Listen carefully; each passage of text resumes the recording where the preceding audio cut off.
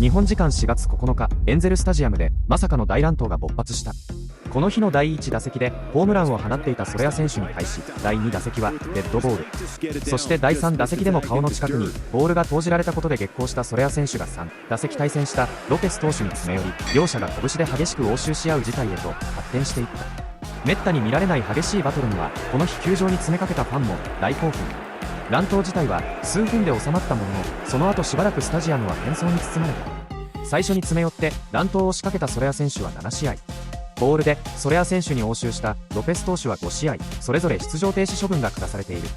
ちなみに怒り狂って突進するソレア選手の腰にタックルし、グラウンドに沈めたのは御年62歳のブレーブスワイス監督。本人のインタビューとワイス監督を称える指揮者の声を紹介しよう。Yeah, I mean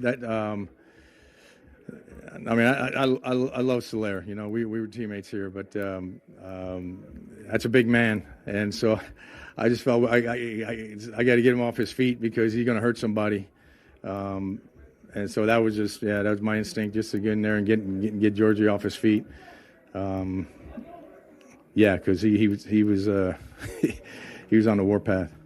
Listen, Walt White's a badass. We know that. We've talked about it with him. He's like a 12th degree black belt in jiu-jitsu or whatever he is. And even though he's like, I'm old now, he's still strong. When you see him, he's strong in person, and he's quiet and he's nice, but I guarantee you piss him off, he'll go full black belt on you. Did you guys see what David O'Brien put out, the former Braves reporter? He told the story about how Walt Weiss essentially took out Josh Donaldson, like pinned him years back when Donaldson was pissed off about his place in the batting order. Yeah. Don't mess with Walt Weiss. We said it before. We asked him in person. He didn't want to talk about it, but do not mess with Walt Weiss. He'll lock you up. Listen, I always tell people this. I tell my kids this all the time. No matter how tough you are, there's always someone out there that can kick your ass. And you don't know who it could be. And you don't know. And it's usually the guy with the cauliflower ears. That's also the dude you probably don't want to mess with. また、試合後にソレア選手がメディアの前で語った内容がこちらである。creo que tengo buenos números con él. Le doy jonrón. El segundo turno me da un pelotazo en la mano y el tercer turno me va a tirarle un pelotazo también para arriba. Estos grandes ligas no pueden estar tirándose. Sí, le pregunté que si estaba bien y me dijo una mala palabra. Yo pienso que sí. Con los demás bateadores no se le escapó la pelota. そしてここからこの乱闘騒動に対するファンや指揮者、メディアの声を紹介していく。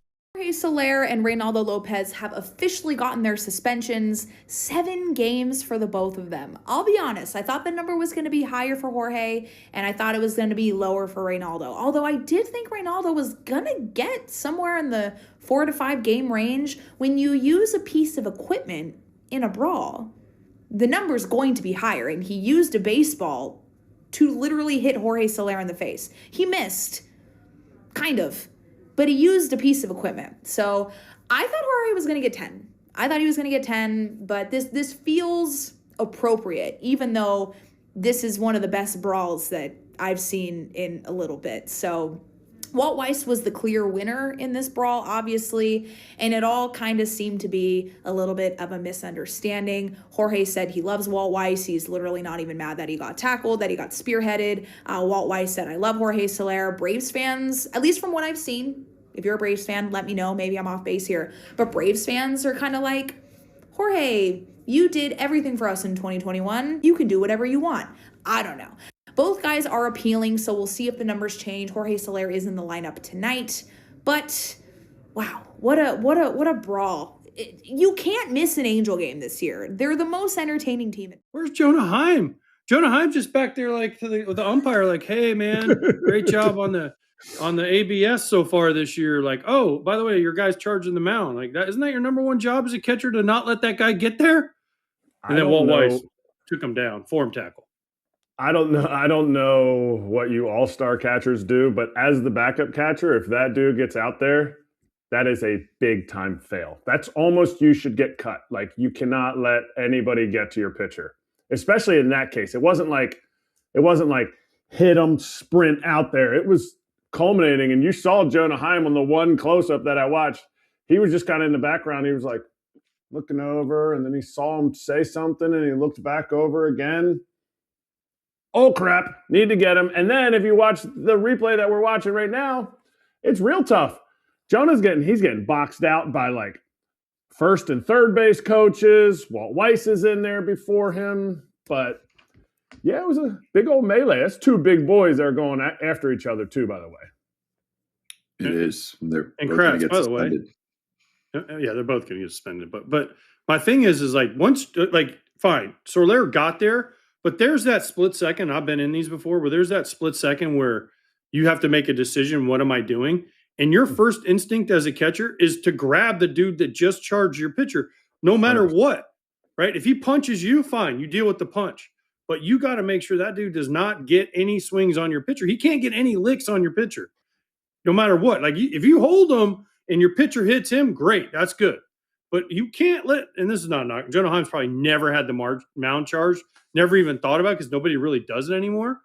But that's rule number one as a catcher is that guy does not get a swing on your pitcher. And he got a lot of swings.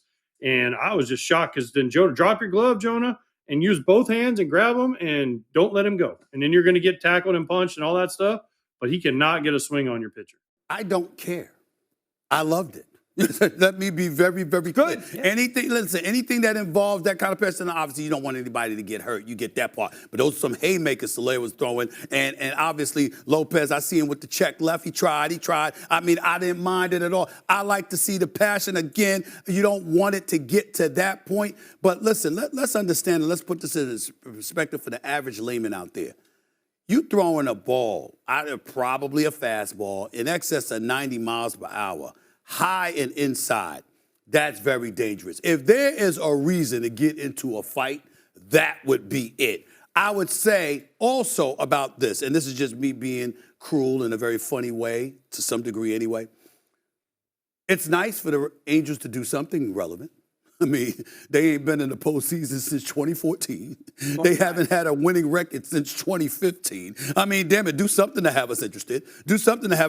Right now on this season, they're on a fast track to pretty much nowhere yet again. They're 6-6 on the season. Just an average middle-of-the-road team that's going to be entertaining for the first few months, and by July, they'll be irrelevant, okay? So because of that, I'm like, anytime you're seeing fans out there having something to cheer about, hey, all the better for it. Again, we don't want anybody to get hurt, and we certainly don't want to promote violence per se, but it's nice to see the passion.